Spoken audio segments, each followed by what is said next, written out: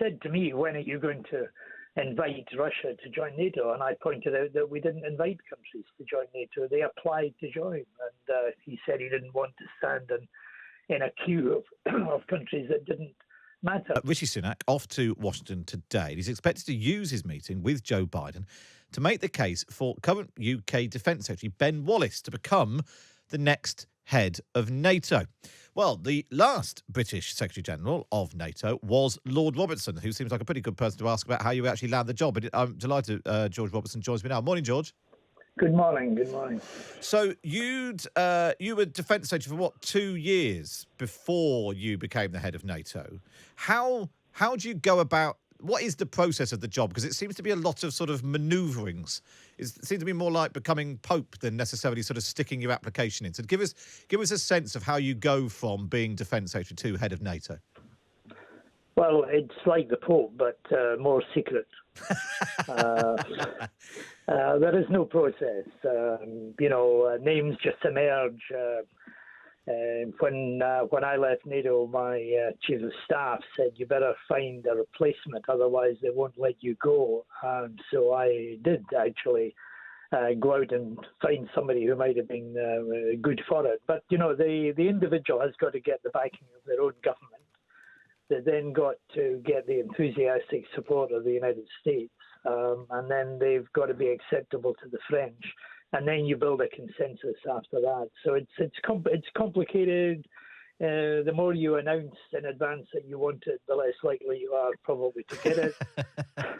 And at the end of the day, it can often be a compromise. In my case, Robin Cook and I became very prominent during the Kosovo War. On television all the time in every continent, and there was a degree of enthusiasm for one of us to be the next Secretary General when Javier Solana went to the European Union. But there is no formal process, and I'm just watching the jockeying that is going on. Is there? There's an obvious read across from being Defence Secretary to then leading a military alliance, but then the last two have been prime ministers. Jens Stoltenberg was prime minister of Norway. Anders Rasmussen was prime minister of Denmark. Has the job been upgraded now that actually need PM on your CV? Is being foreign secretary, defence secretary of various countries not enough anymore? Well, it's beginning to look like that, and I regret that, because the engine room of NATO is the North Atlantic Council, which is made up of permanent ambassadors, high-quality ambassadors, and they do the donkey work most of the time. My successor was Jaap de Hoop Scheffer, who had been the foreign minister of the Netherlands. We had Javier Solana before me, foreign minister of Spain. Before that, you had Willie Claes, foreign minister of Belgium. Before that, Lord Carrington, foreign minister. You had Manfred Werner, defence minister of Germany. And I think that was the model. But anyway, they now seem to be going for the red carpet. And the names that are being suggested are the Prime Minister of Estonia, the Prime Minister of Denmark. There's even now talk of Ursula von der Leyen, the President of the European Commission, who was once a defence minister. And of course, there's Ben Wallace into the mix at the tail end of the process. Ben Wallace, at various points, Britain's reputation on the world stage goes up and has gone up and down. But actually, Ben Wallace on the forefront of a lot of the British support for Ukraine. Do you think he's in with a chance? Yes, he's got a chance. He's well known. He's a defence minister who's served about 4 prime ministers. He's got an increase in the defence budget. We're over 2%. So yes, he's got a chance, and he's Scottish. Now that must be a good qualification. Scottish. What is it? What is it about a Scottish former defence secretary that you think makes him so perfect for the job, George?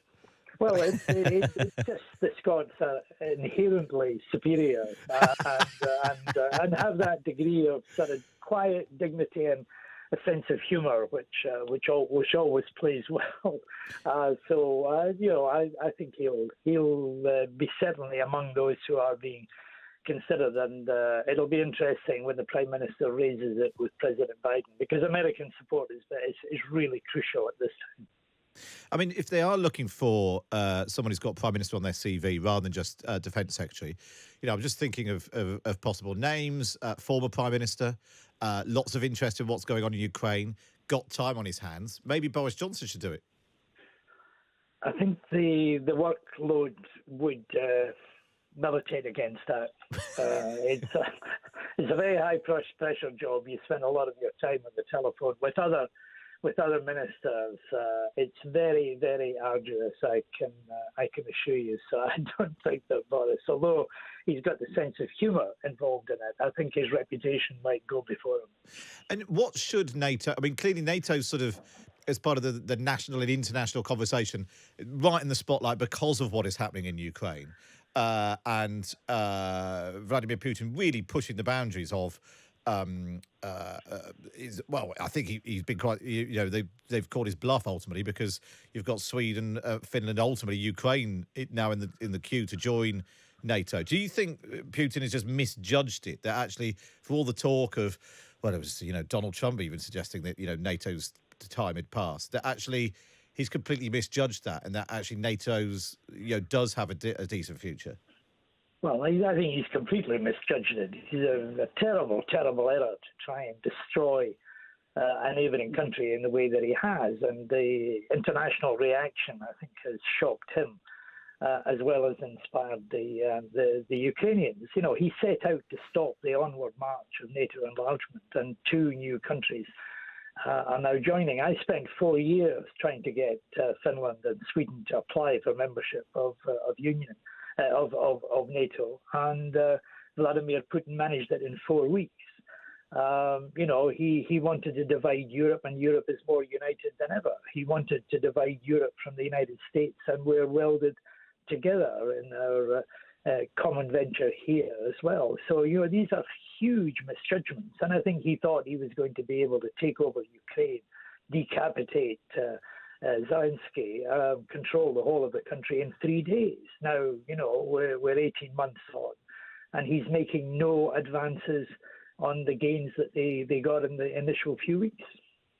Is it right that he once lobbied you to try and get into NATO, Russia itself? Well, he said to me, when are you going to invite Russia to join NATO? And I pointed out that we didn't invite countries to join NATO. They applied to join. And he said he didn't want to stand in a queue of countries that didn't matter. But, we got on well at that time. We built a good relationship. There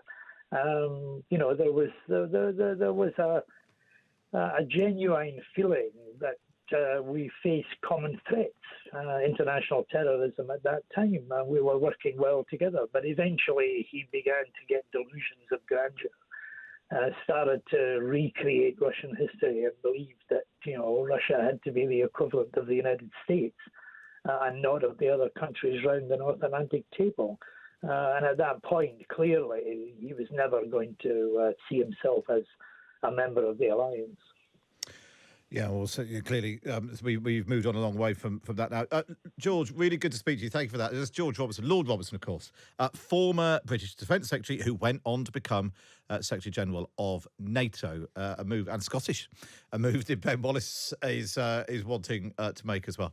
We'll keep an eye on that and how Rishi Sunak gets on with his lobbying efforts in Washington.